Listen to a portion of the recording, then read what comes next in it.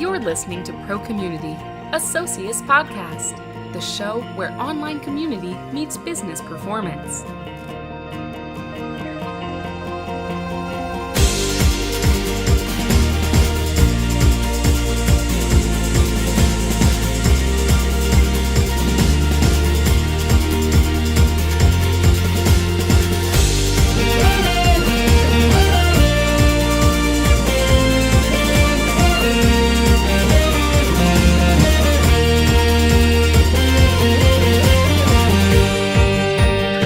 Welcome to episode number 10 of Pro Community, a Socius podcast. I'm Josh Paul, and this is the show where online community meets business performance. I'm very excited to have with me today Rich Millington.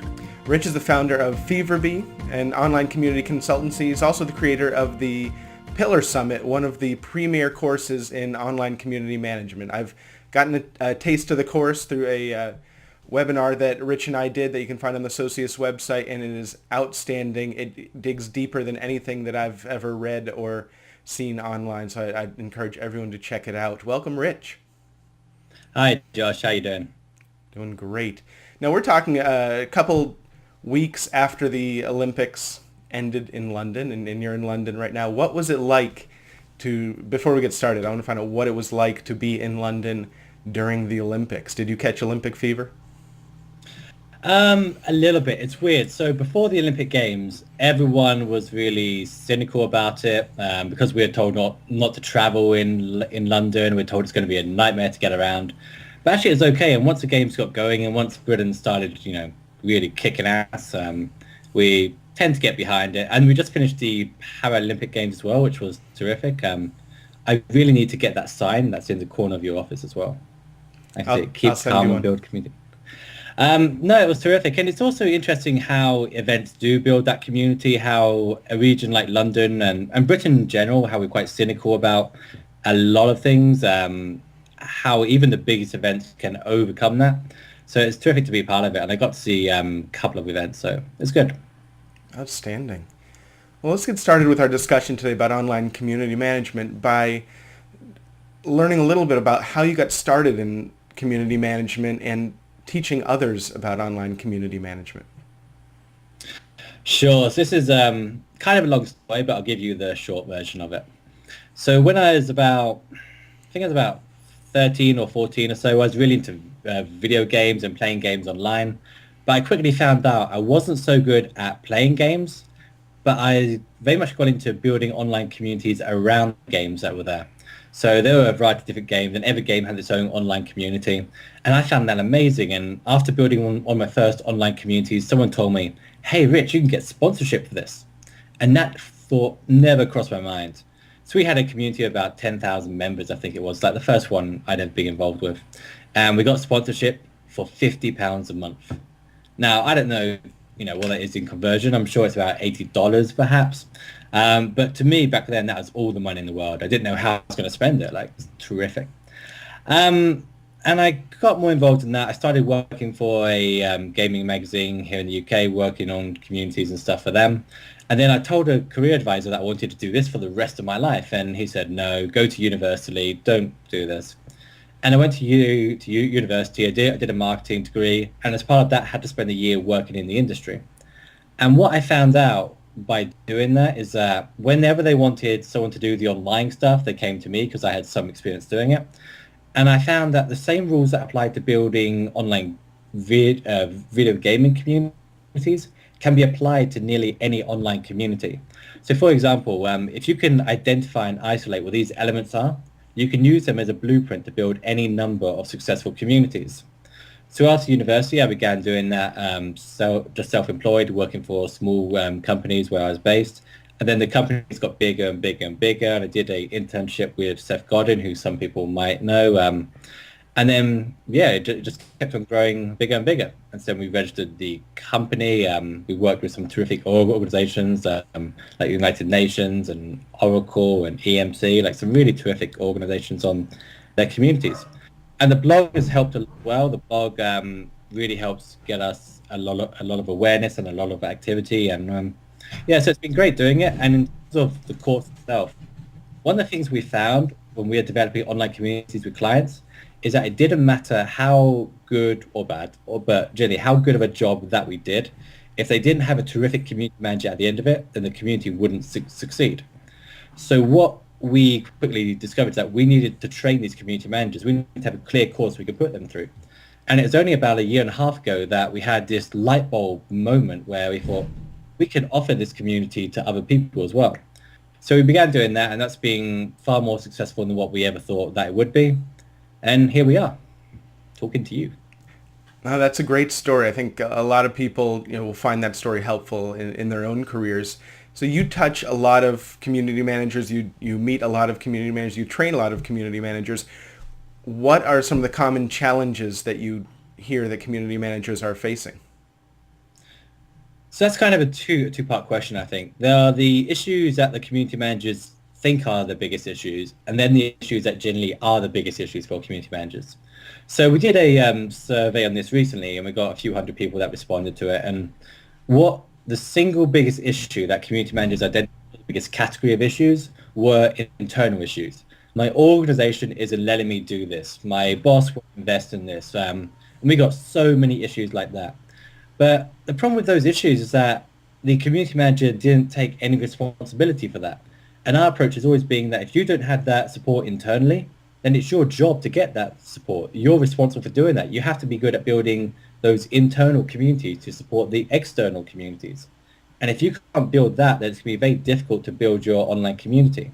And I think it helps organizations as well if they hire people that do have experience in internal online communities. So that's one of the ones that community managers tend to identify as their biggest. The other thing that tends to come up a lot is that a community manager will tell us, so these two members are always fighting in my online community, what should I do about it? And our approach has always been, well, we don't really care that much. I mean, we care if there's data that says that's becoming a big issue, but fights could also be a good thing as well as a bad thing. We care more about what else is going on in your community. When we review an online community, we look at three different things, really. We look at the growth, we look at the level of activity, and we look at the sense of community. And we look to see what's working and what isn't working.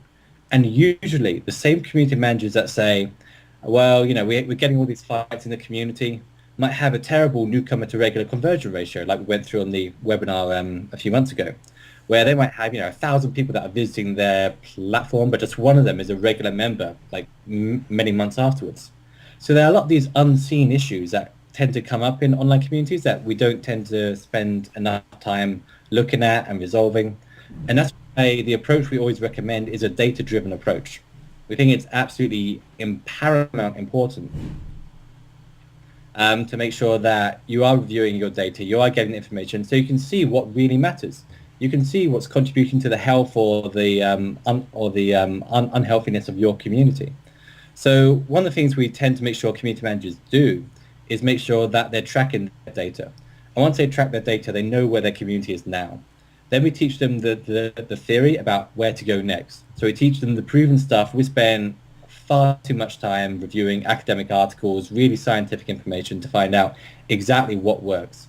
And based upon that, based upon where they are now, we can guide a community manager to what they need to do next. We can make that a process that they understand.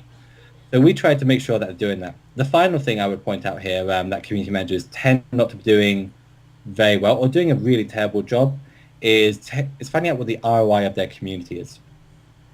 The same community managers that will say we don't have the internal support can't always explain why they should have that support. They can't explain what the benefits are from their online community. They can't explain how the community helps their organization. So for example, if you ask the community manager, how does the online community help? Usually they will say engagement, increases the engagement. And that might be right, but engagement isn't success. Engagement doesn't help you unless you can connect it to something that really does help. So that engagement might lead to repeat purchases, increased retention of customers. It might lead to reduced marketing costs. It can lead to a lot of things. But you have to connect it to that and then measure that. So we're trying to make sure that community managers really understand that. So to summarize, make sure they have the data that they need, make sure they know the theory of where to go next, and make sure they know what they're measuring. And I think if community managers did that, they would do a better job than what they are now. I think one of your biggest contributions to this industry is, treating this and community management and treating online community management like a science, more of a science than an art. It's a combination of both, but really giving permission to business people to say, yes, there is data you can look at to make decisions. It's not just, not that you have a magical inherent power to manage a community. There's actually numbers you can look at and ratios you can look at to help you guide, the current situation and the path forward. How did this focus come about, and what has the reaction been from executives and community managers as you've been promoting this methodology? It came about when I was fired from my first job as a community manager. The first time that someone hired me, instead of growing my own communities, when someone hired me to be a community manager, I was doing that job for almost a year, and then they fired me because they couldn't justify keeping me on. I couldn't prove that the community I was managing had any real benefits to the organization. The way I was then is the way a lot of community managers are now. And because I couldn't do that, I couldn't show them that the community had even increased in terms of the membership or engagement. I wasn't tracking any of this. I couldn't prove my worth at all. So they were quite right to fire me. After that, I became very much, not obsessed, but very interested in what works and what doesn't work. So it came about mainly because we were just driven to find that. And there are so many terrific community managers now that are also doing this. I'm certainly not a lot of great people that are. And there's so much research that's locked up in these academic articles as well that you can unlock and find out how it applies to your online community. So I think right now it's a very interesting and exciting time to be doing what really works. And some things we try to cater very much towards what organizations want.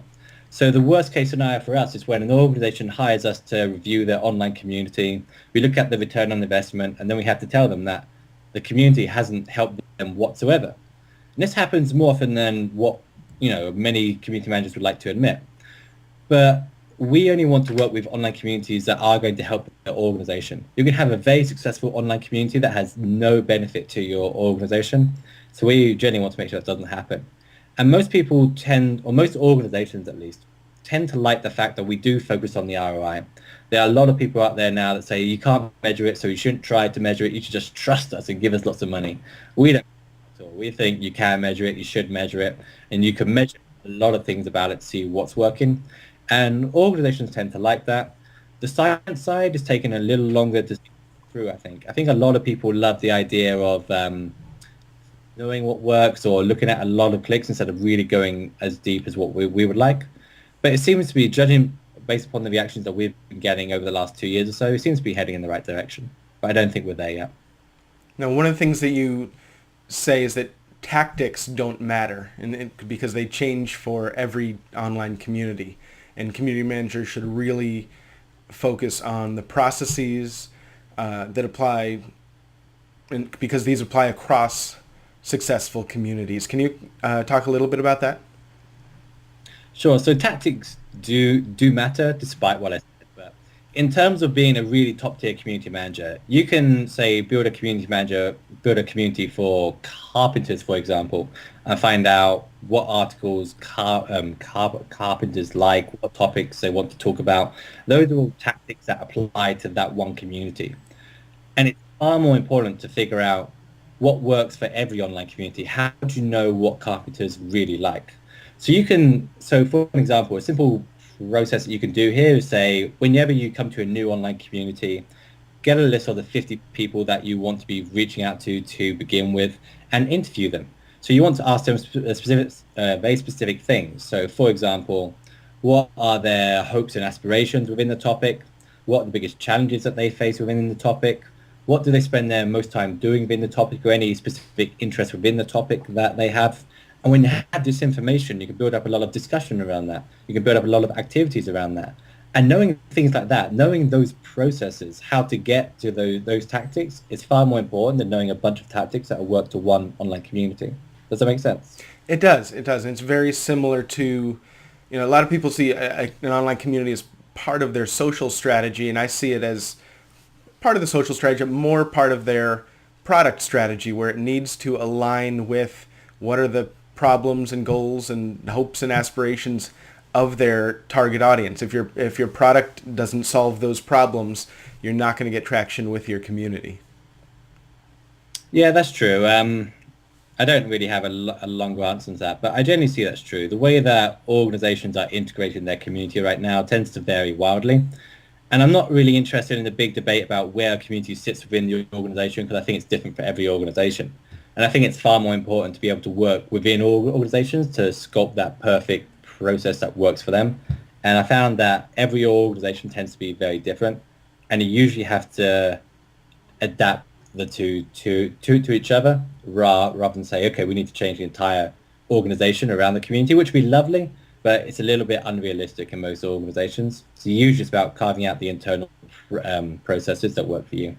And I think the part that I took away from what you previously said is that you really have to go out to your community to understand what they are. It doesn't matter where it sits in the organization or what the shape of the organization is, but that critical process of interviewing or surveying or interviewing and surveying your target audience to understand what their problems are, what they'd like to get out of it, what they're interested in, and integrating that into the community as a central role. So one of the things that you talk about is community managers being reactive versus proactive. Can you describe both and talk a little bit about why one is much more effective than the other? Sure. So with a lot of the community managers that we work with, one of the first things that we make them do, which they really hate, is to keep a diary of what they do during their day. What do they spend their time doing? Because it tends to slack off a lot of work anyway, so it's an awful thing to have to track what you spend your time doing. And based upon that, we can see how much time they spend reacting to stuff and how much time they spend proacting or being proactive, as we usually say. So the reactive stuff, we typically takes up about 90% of most community managers' time. And by reactive, we're talking about things like visiting the community, seeing what's happening there, and then responding to that. If there are fights, then you resolve the fights. You look at your messages that you've received and you respond to them by email as well. So you visit your community and then you decide what you're going to do. And the problem with that is that you're only into what happened. You're not actively developing the community. You're not making the community bigger or better than what it is now. All you're doing is maintaining your community the way it is, which might be fine for some people, but it's not establishing a lot of value. It's a very interchangeable job. I mean, if you can get an intern to do most of that. That's not too difficult. And where the real value is in community management is being proactive. So by proactive, we mean instead of visiting your morning to see what's new and what you can work on next, you come every day with a plan of what you want to achieve in your community for that day. So you know what the goals are. You have a clear strategy that's aligned. And so you might visit your community in the morning and say, initiate 3 sorts of discussions based upon what your research has said. You might create some content that's going to be about something that's happening in the community. It's going to get people really involved. You might be organizing an event for that week. Because these are activities that affect not just one person at a time, like most of the reactive stuff do, but affect the whole community at a time. So they have a lot more value over the long term. They help develop the community. They help build that sense of community. So by being proactive, we think that's probably the single most important thing that community managers could be doing instantly to be a better community manager. And what I would say is always do the proactive stuff first and then do the reactive stuff at the end of the day.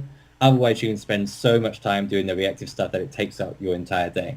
So we always say, be very clear about what you want to achieve in your community. You should know how your community is going to be better next week than what it is today. You should know what you plan to achieve in your community each day. You should have a plan that all connects and makes sense. Does that make sense? It does. I really like that concept of being proactive and focusing on the processes and the activities that are going to broaden the entire community and help the entire community move forward. How does a community manager's role change throughout the life of a community, or does it? Excellent question. So what I would say here is that a lot of community managers this is similar to the last answer as well. Because they never develop their community, they're always doing the same role throughout the whole time that they're working on that community. So they never change. They never have to because their community isn't developing. So those community managers can say exactly the same. They'll never really be generating much value for the organization. But the alternative approach is based upon the community life cycle. So we know that communities start in a very specific way and they follow a very specific pattern as they grow and develop. So they start with a relatively small number of individuals, and then as they grow, when they hit that critical mass, the point at which more than 50% of the growth and activity in a community is being generated by the community, when they hit that, then they move on to the establishment phase, and then the role changes a bit. So in the early stages, you're focused entirely upon interacting with individuals. So you specifically and directly invite people to join the community. You initiate regular discussions for these people to participate. You prompt these people to participate, and you build relationships with them because these people are likely to be your volunteers and be more engaged in the community much later on. So those are the four basic things that you need to be doing at the very early stages of a community. Everything else is something that you probably don't need to be doing right now. As a community goes past that critical mass, as it goes past that 50% point, you move on to the phase where you have to start broadening the things you do. So instead of just interacting with one person at a time, you begin interacting with several people at a time. So that might be through content and activities.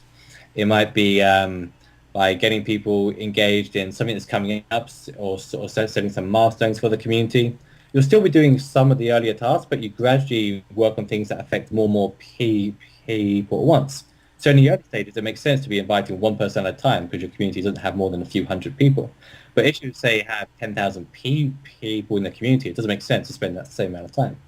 Then as you go into the maturity stage of the community life cycle, you begin to focus on things that are more about having the biggest impact upon the most people as possible. So for example, optimizing the newcomer to regular conversion ratio, making sure that as many people that visit the platform as possible become regular active members of the community.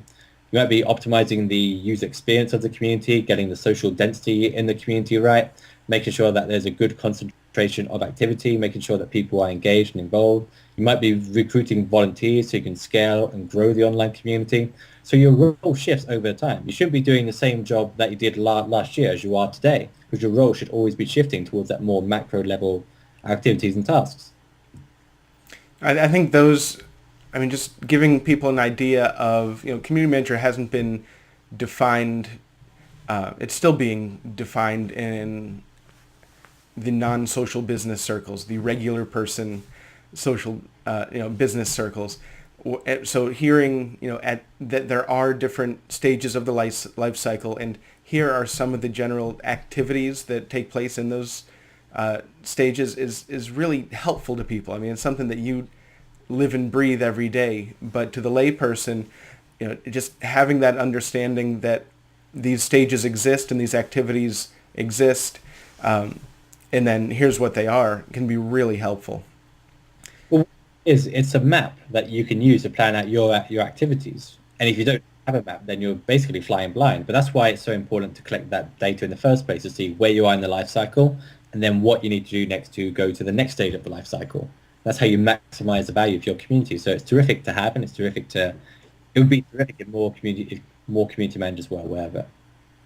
I like that it's not a magical formula. It's pretty simple and pretty granular, and from week to week and day to day and month to month, people can have a map as to what they're doing next and what they should expect and what they should measure. And so is there let's talk about members for a second, community members. Is there a conversion process for building awareness for a community, getting people to join community, and then getting people to become regular participants? Is there some standard principles that apply, or is it different for every single organization? Man, that's a big topic. You have 30 seconds to... No, take your time. Okay, so here's what I think you need to do if you're trying to get that right. There are some general principles that apply, and then there are ways of optimizing it. So the first thing I would say is, as a general principle, make sure that you're attracting the right people in the first place. Don't wait for people to visit your platform by chance. Actively go out there and promote it to the right people that need to know about it. That might mean in the early stages those individual interactions. It might mean promoting the community in different ways later on. But don't wait by chance for the right people to be visiting. Simply by making sure you have the right people, the people that like to be interested in becoming members of the community visiting, you have a much better conversion ratio anyway. So look for people that have a really strong interest in what that community is. The second thing is to always make sure that you're promoting something within the community. The single biggest thing that a community can do to get more people converting into regular members is to promote things that are happening within the community. So promote the discussions that people might want to be participating in. Promote the activities or the events that people might want to be involved or participate in. Just promote things that are going on within the community itself, not just the community. Too many organizations will say, come and join our online community. It's the newest online community about motorbikes. And that doesn't tend to be very motivating because people aren't looking to join an online community. If you've never participated in the online community, you don't know what you're missing. People aren't browsing the internet looking to join an online community. They're looking for very specific things that they can do. So it makes far more sense to promote things that are happening within the community itself. And then within that, think of the whole process as a series of stages that people go through. So first they visit the community platform, and this is the traditional route. It varies a little bit. So first they visit the community platform, then they click the registration link, they get the email, they click the confirmation link, they visit the community, then they participate, and then they keep participating. And if you break down each of those steps into a user journey that people go through, you can measure how many people go through each one. So you might have, 1,000 people that visit the community platform, 500 people that click the registration link, 250 that click the confirmation link. Say of them, 100 people that actually visit the community platform again or make a contribution. And of the people that made that first contribution, say 10 that are still participating 6 months later. And when you break it down like that, you can see exactly where you need to focus your efforts. So if you lose them, just an example, I'm not going to go through the entire thing. But just as an example, if say you're losing them between, let's say the confirmation message that they received by email and then actually participating in the community the first time. Well, you can optimize that. You can change the content and the copy of the confirmation email. You can highlight something specific within the community that they might want to participate in. Or certain stages, you might want to have a personal welcome message from the community manager. There are things that you can do to optimize that in a sustainable way, so it always pays dividends for your community. So I would break down that journey step by step. I would track how many people go from each stage, and then I would see what I could do to optimize that. Again, it's all based on data and having a platform that can give you the data you need, and then being able to read that data to determine what it's saying and what you need to do to optimize your community. Generally, yeah. I mean, we have like spreadsheets we use for this. So we have like clear templates that we use for our clients and those on the course as well. That tends to help, but they just have to drop in the things when the numbers where they need, and they can see what's working, what's not working. But you have to measure it. If you try to guess, you're gonna it's only going to be a guess, and it's usually wrong. So make sure that you're tracking each stage of this.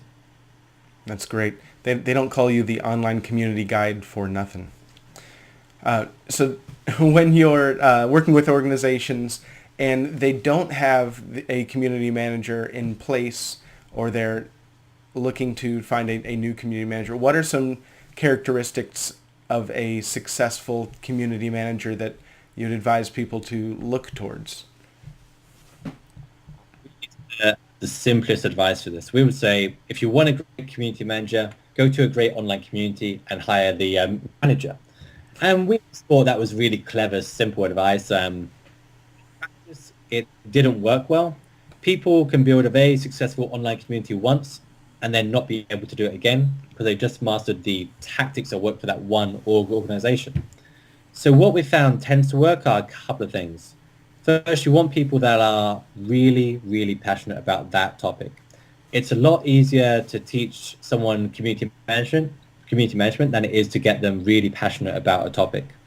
And we've seen from our experience with various clients is that the single most important thing you can do is get someone that's really passionate about the topic. Make sure they really know what they're talking about. Make sure they can connect in an individual way. I think it was about 3 or 4 years ago, we were trying to build an online golfing community. I mean, we couldn't find someone we really liked, so I said, you know what, I'll do it for a while. But I don't play golf. I mean, I couldn't connect with these people. I didn't really know what they're talking about, and they could tell if I can't connect in that personal way.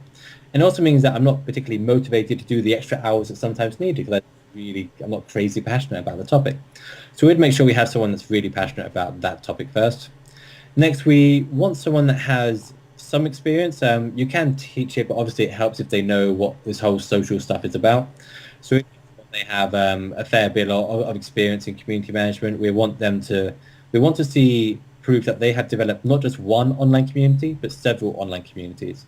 And more important than that, we want to know they can work within an organization. It's a lot easier to build an online community when we don't have an organization that's breathing down your neck, where you don't have your boss saying, oh, you can't do that, or you can't talk about that. So we want people that can work within those constraints. It's very easy to work without that. It's much harder to work within those constraints. And finally, we'll look to see the sort of skills that someone has. So by skills, we want to know how persuasive they are online. We want to know how personable they are online. It sounds like something that's a really soft skill, but we've found a lot of people don't really have the mentality for it. They don't have the experience doing it. They can't persuade people to participate in a community. They can't sustain high levels of activity. They can't get people to be volunteers in the community. They have no, say, project management skills. They have no experience with collecting data or analyzing that data. So we look for those sort of skills.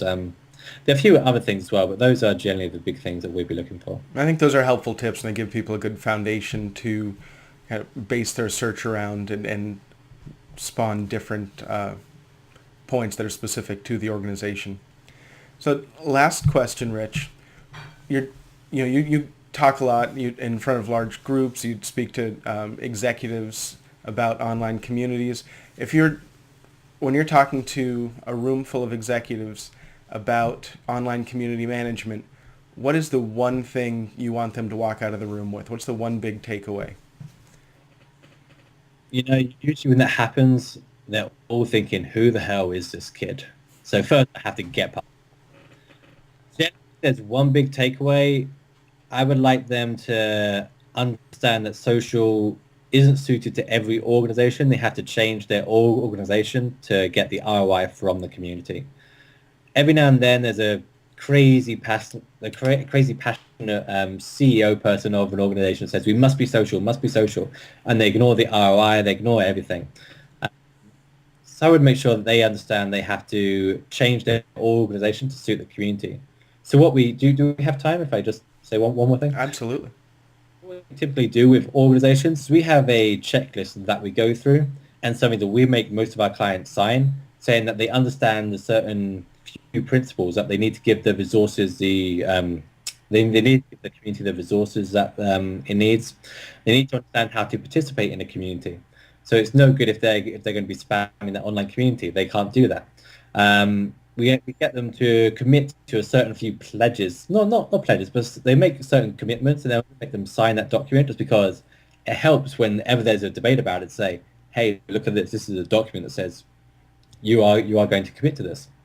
So we found that works well. When people sign anything, they tend to commit to it a little bit more than what they otherwise might do.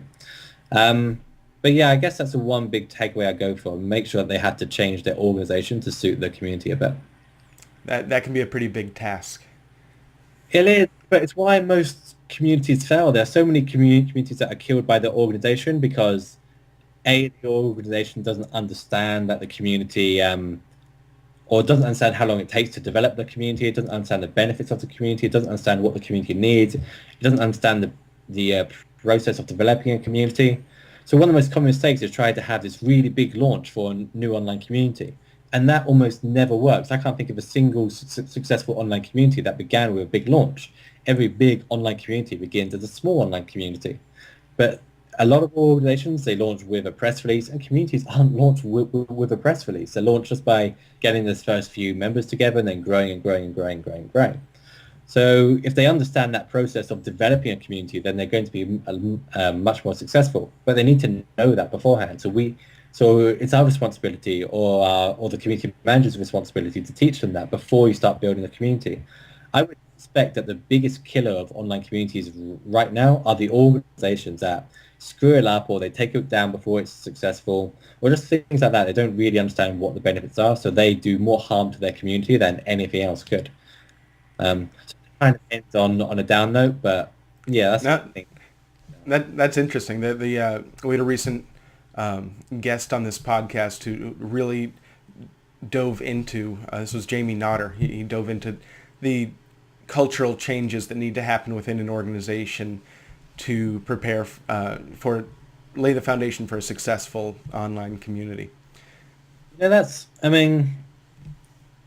terrific. One of the challenges we have is that if you aim to do something that's too big, then it doesn't work. I find it far easier to work with the stakeholders that are directly involved to begin with and make sure that they all understand rather than try to change a whole organization at once. I think it's very easy to try and create this ideal situation and get the whole culture of the organization right. And if it works, it's terrific and it really pays off for you. But if it doesn't work, then it can be much more difficult. There are some risks. There are some risks in the just the scale of a change that size, and there's some risks in not moving forward in that direction too. So organizations need to find the right balance for themselves. So let's end on an up note. To wrap it up, let's talk about young community managers and some advice for them. What advice would you give to yourself if you could look back to a young Rich Millington earlier in your career in community management? A young Rich Millington. How old do you think I am? You're definitely 12. Okay. I don't know. I've never really thought about it. I would say if you're just getting into it now, try not to pay too much attention to a lot of the social. So what I did wrong for a long time was get caught up in all the social media platforms and the technology and ignore the people side of things entirely. If someone wants to be a community manager, and I can't imagine there are many out there right now that would like me and telling their career advisor, I want to be a community manager. But just in case there are, I would say start doing it. Start building your own online communities to begin with. See what works, what doesn't work. Read up or what's around, and you'll get pretty good pretty quick, I think. That's good advice. Rich, I want to thank you for coming on the show and sharing your insight and experience today. I hope we can do this again at some point. Absolutely. Thank you for having me. It's been terrific to be here. What should we look for from you and Feverbee over the next 6 months? Anything new? I have a book. A book? Book I've been working on for far too long, and we've done like 10,000 drafts of the book, and my editor and I have been in a gun battle over this book, but it's done. So hopefully within about 5 weeks or so, maybe 6 weeks from this, I don't know when you're going to publish it. Hopefully around that time, we'll have the book Buzzing Communities that's out, and you can go to feverbee.com for more information.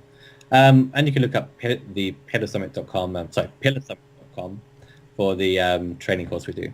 Outstanding. Which is 24th. Say that again? Which is beginning again on September the 24th. Perfect. We'll put all that in the show notes, and we'll get you back on the show when the book is published. That's really exciting.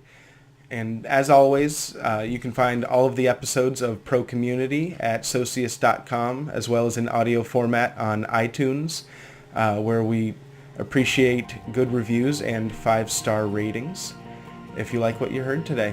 Rich, I want to thank you again, and have a great day. Thanks a lot, Josh. I'll speak to you soon.